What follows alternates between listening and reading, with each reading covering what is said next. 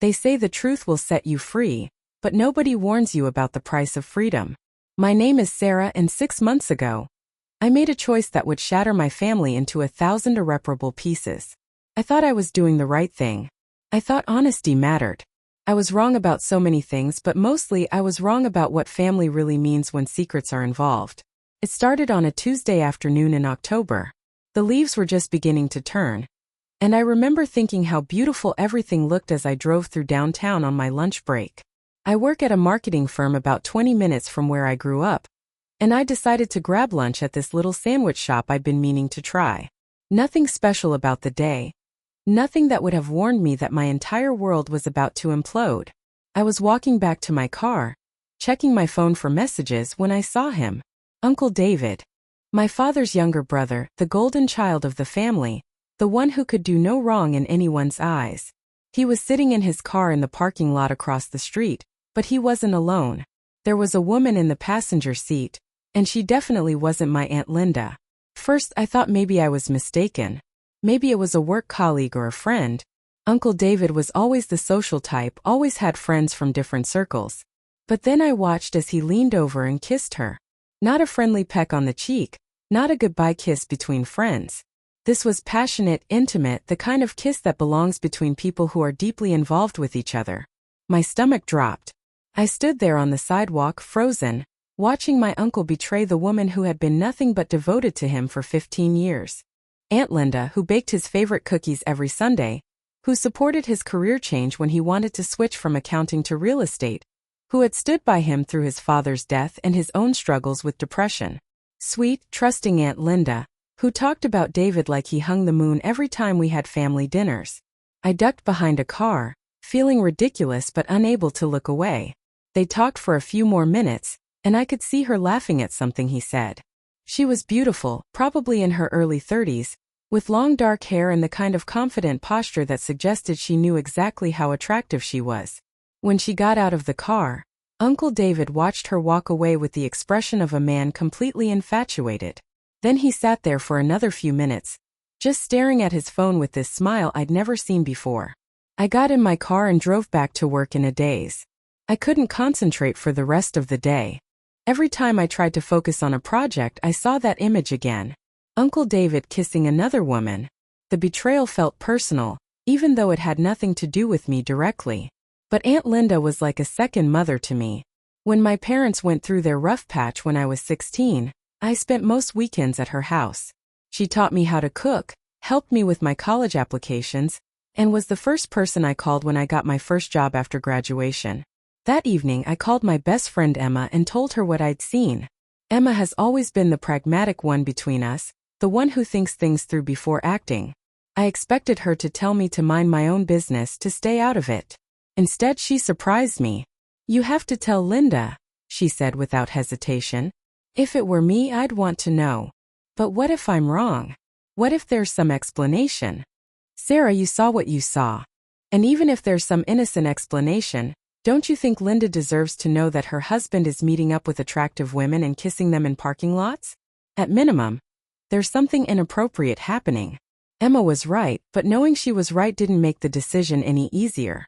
I spent the next 3 days agonizing over what to do. I barely slept. I kept imagining different scenarios. Maybe I should talk to Uncle David first, give him a chance to come clean on his own. Maybe I should tell my parents and let them handle it. Maybe I should just pretend I never saw anything and hope it would work itself out. But every time I saw Aunt Linda's face in my mind, every time I thought about her planning their upcoming anniversary party, talking about the vacation they were going to take to Italy in the spring, I knew I couldn't stay silent. She was living a lie, and I was the only one who knew it. On Friday afternoon, I drove to their house. Uncle David's car wasn't in the driveway, which I took as a sign. Linda was in her garden, tending to the late-season flowers she was trying to coax through until the first frost. She looked up when she heard my car and waved with that genuine smile that made her face light up. "Sarah, what a lovely surprise. Come in, come in. I just made some tea." We sat in her kitchen, the same kitchen where she'd taught me to make her grandmother's apple pie recipe, where we'd spent countless hours talking about everything and nothing. The afternoon light streamed through the yellow curtain she'd sewn herself, casting everything in a warm golden glow. It was so peaceful, so normal, that for a moment I considered backing out. Maybe Emma was wrong. Maybe some truths were too destructive to tell. But then Linda started talking about David, about how hard he'd been working lately, how proud she was of his success with his new real estate venture. She mentioned that he'd been staying late at the office more often, and I felt sick knowing that those late nights probably had nothing to do with work. "Linda," I said, interrupting her mid-sentence, "I need to tell you something, and I don't know how to say it without it being awful." Her expression changed immediately. The smile faded, and I could see concern creeping into her eyes. "What is it? Is everything okay? Are your parents all right?" "It's about David." The words came out in a rush, like I was afraid if I slowed down I'd lose my nerve entirely. "I saw him on Tuesday. He was with another woman. They were kissing." The silence that followed was deafening. Linda's face went completely still, like she was processing information her brain couldn't quite accept. She set down her teacup with shaking hands. "Are you sure?" she asked quietly. "Are you absolutely sure it was David?" I described exactly what I'd seen, where I'd seen it, what the woman looked like. With each detail, I watched Linda's face crumble a little more. By the time I finished, she was crying silently, tears streaming down her cheeks without any sound. "How long do you think it's been going on?" she asked. "I don't know. This was the first time I'd ever seen anything like this." She nodded slowly, like she was filing away this information for later analysis. "Thank you for telling me," she said finally. "I know this couldn't have been easy." I wanted to hug her, to tell her everything would be okay, but the words felt hollow. Instead, I asked if there was anything I could do, anyone I could call. She shook her head and said she needed time to think. I left her phone number for Emma, just in case, and promised to check on her in a few days. I should have known it wouldn't end there. I should have anticipated the chain reaction that was about to tear through our family like wildfire. Linda confronted David that night. According to what I heard later, it was explosive. David initially denied everything, then tried to minimize it, then finally broke down and confessed to a 6-month affair with a woman named Jessica, who worked at the title company he frequently used for his real estate deals. Linda kicked him out immediately and filed for divorce the following week. David was furious. Not at himself, not at the situation he'd created, but at me. He called my father the next morning, spinning a story about how I'd misunderstood what I'd seen, how I'd destroyed his marriage over nothing, how I'd always been jealous of his success and had been looking for a way to bring him down. My father, who idolized his younger brother, believed every word. The phone call I received from my dad later that day was unlike anything I'd ever experienced. He was shouting before I even finished saying hello, accusing me of being vindictive and destructive, of tearing apart the family for my own twisted satisfaction. When I tried to explain what I'd actually seen, he cut me off. "David told me the truth," he said. "You saw him having lunch with a business associate and decided to make it into something sordid. You've always been jealous of David's success, and now you've found a way to destroy him." "Dad, that's not what happened. I saw them kissing. This wasn't a business lunch.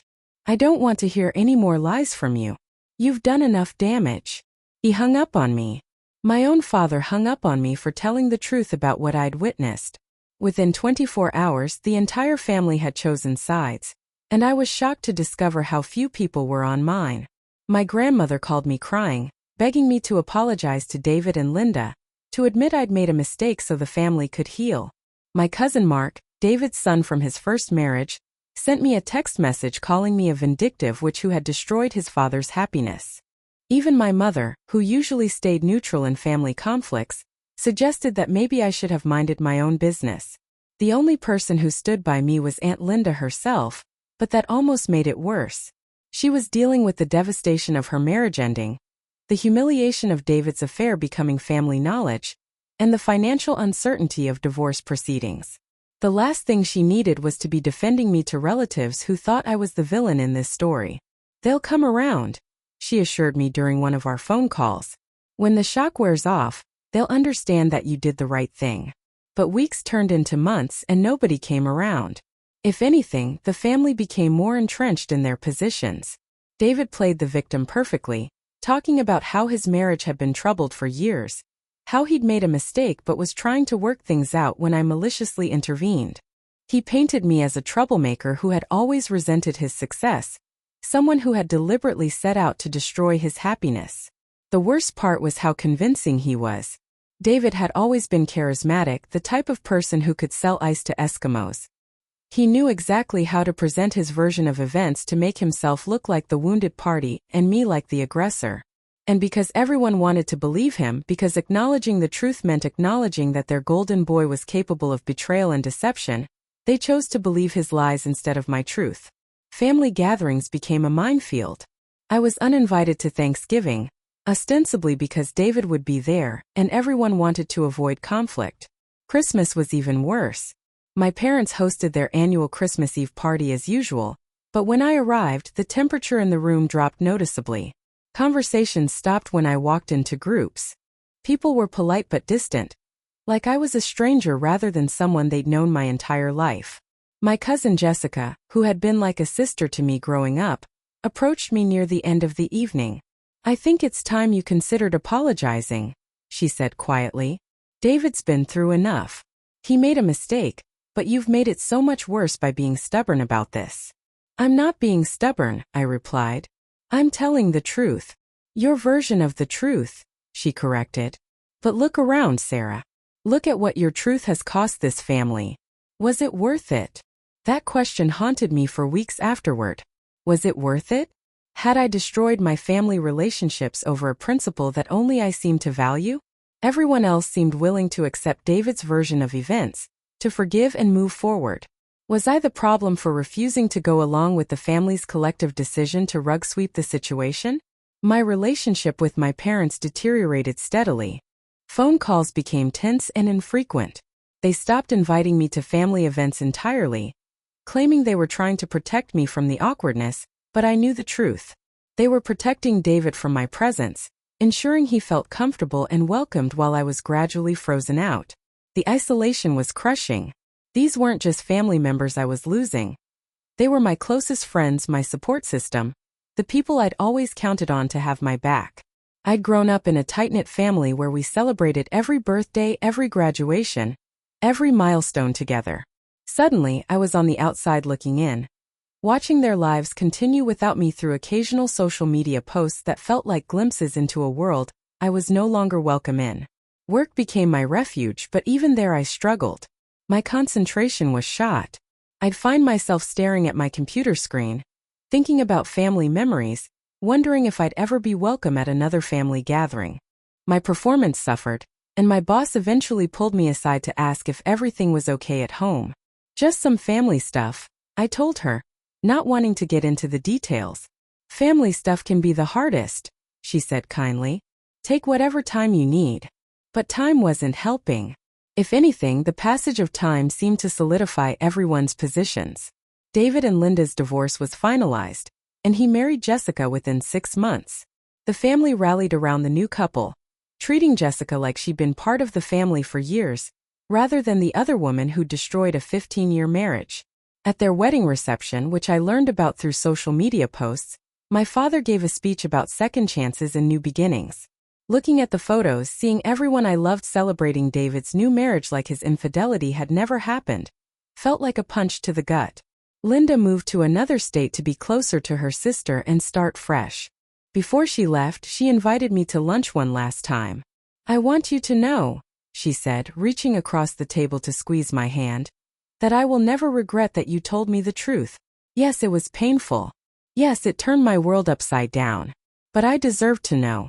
I deserved the chance to make my own choices about my life instead of living in ignorance, while everyone else knew my husband was cheating."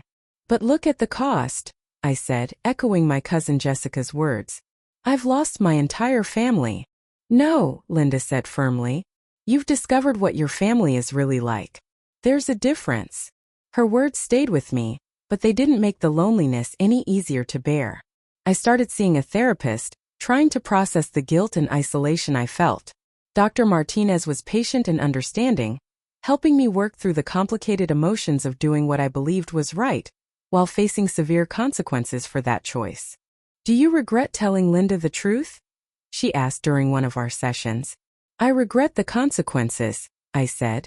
I regret that my family chose to vilify me, rather than support someone who was being betrayed. But do I regret giving Linda the information she needed to make informed decisions about her own life? No, I can't regret that.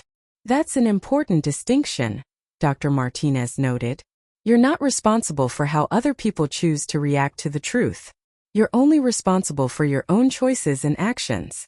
It helped somewhat to have professional validation that I hadn't done anything wrong, but it didn't ease the pain of losing relationships I'd valued my entire life.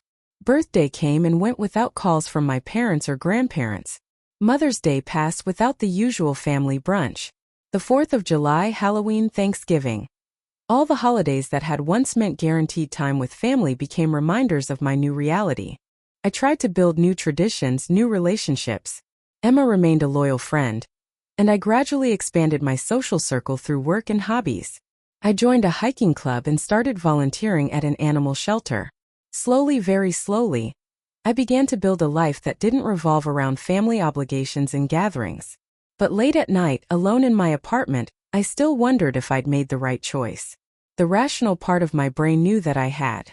The emotional part of my brain grieved for the family relationships I'd lost and wondered if there had been another way, a better way, to handle the situation. About a year after Linda's divorce was finalized, I ran into my cousin Mark at a coffee shop downtown. He was David's son, one of the people who'd been most vocal about my supposed betrayal of the family. I considered leaving without acknowledging him, but something made me stay. "Sarah," he said, approaching my table hesitantly, "can I talk to you for a minute?" I nodded, bracing myself for another lecture about family loyalty and forgiveness. Instead, he surprised me. "I owe you an apology," he said quietly. "Dad's marriage to Jessica isn't going well. She's been cheating on him with multiple people, apparently for months. He's devastated, keeps talking about how he thought she was different, how he thought she really loved him. The irony wasn't lost on either of us." "I'm sorry he's going through that," I said, and I meant it. Despite everything, I didn't want to see David hurt. "I keep thinking about what you said about seeing Dad with Jessica before he left Linda. I was so angry at you for breaking up his marriage, but you didn't break up his marriage. He did that himself. You just refused to keep his secrets." It was the first time anyone in my family had acknowledged that I'd been telling the truth all along. Mark went on to tell me that he'd started questioning other family narratives, other times when inconvenient truths had been buried in favor of maintaining the peace. "The family wants you to come back," he said. "They miss you, but they want you to apologize first, to admit you handled things wrong." "And what do you think?" I asked. He was quiet for a long moment. "I think you're the only one in this whole mess who acted with integrity," he said finally. "And I think the family owes you an apology, not the other way around." Mark's words meant more to me than I could express, but they also highlighted how unlikely it was that I'd ever have my full family back. They wanted me to apologize for telling the truth, to validate their choice to shoot the messenger rather than address the message. And that was something I couldn't do. As I sit here now, almost 2 years after that Tuesday afternoon when I saw Uncle David with another woman, I'm still processing everything that's happened. I've lost relationships that I thought were unbreakable. I've learned painful lessons about family loyalty and the difference between keeping the peace and enabling harmful behavior. I've discovered that doing the right thing doesn't always lead to positive outcomes, at least not in the short term. But I've also gained something valuable: the knowledge that I can live with my conscience clear. I didn't destroy David and Linda's marriage. David did that when he chose to have an affair. I didn't create the family drama that followed. I simply refused to participate in the collective denial that would have protected a cheater at the expense of his victim. Linda emails me occasionally from her new life in Colorado. She's dating someone new, a widowed professor who treats her with the respect and devotion she always deserved. She seems happy, genuinely happy, in a way I'm not sure she ever was with David. In her last email, she thanked me again for giving her the gift of truth, even though it came at such a high personal cost to me. I still hope that someday my family will recognize that I acted out of love and integrity, not malice or jealousy. I hope they'll understand that protecting someone's feelings by hiding their spouse's infidelity isn't kindness. It's enabling betrayal. I hope they'll realize that the person who tells you about the affair isn't the one who destroyed the marriage. But if they never come to that understanding, I can live with that too. I've learned that family isn't just about blood relationships or shared history. Family is about people who support you when you do the right thing, even when it's difficult. Family is about people who choose truth over comfortable lies, who choose justice over convenient silence. The whole experience has changed me in ways I'm still discovering. I'm more selective about the relationships I invest in now, more aware of people's capacity for self-deception and denial. I'm also more confident in my own moral compass, more willing to trust my instincts even when they lead me away from popular opinion. Sometimes people ask me if I would do it differently if I could go back. The honest answer is that I don't know. Knowing what I know now about the consequences, about how much pain it would cause and how many relationships it would end, part of me wonders if ignorance might have been less costly. But then I think about Linda, about the years of her life she would have wasted living a lie if I'd stayed silent. I think about the respect she deserved, the agency she had a right to exercise over her own life and marriage. And I know that I would probably make the same choice again. They say the truth will set you free, and in some ways it has. I'm free from the burden of keeping someone else's destructive secrets. I'm free from participating in a family dynamic that values appearances over authenticity. I'm free to build relationships based on mutual respect and honesty rather than convenience and tradition. The price of that freedom has been higher than I ever imagined it would be. But freedom, real freedom, has always come at a cost. And sometimes the cost of living with the truth is still less than the cost of living with a lie.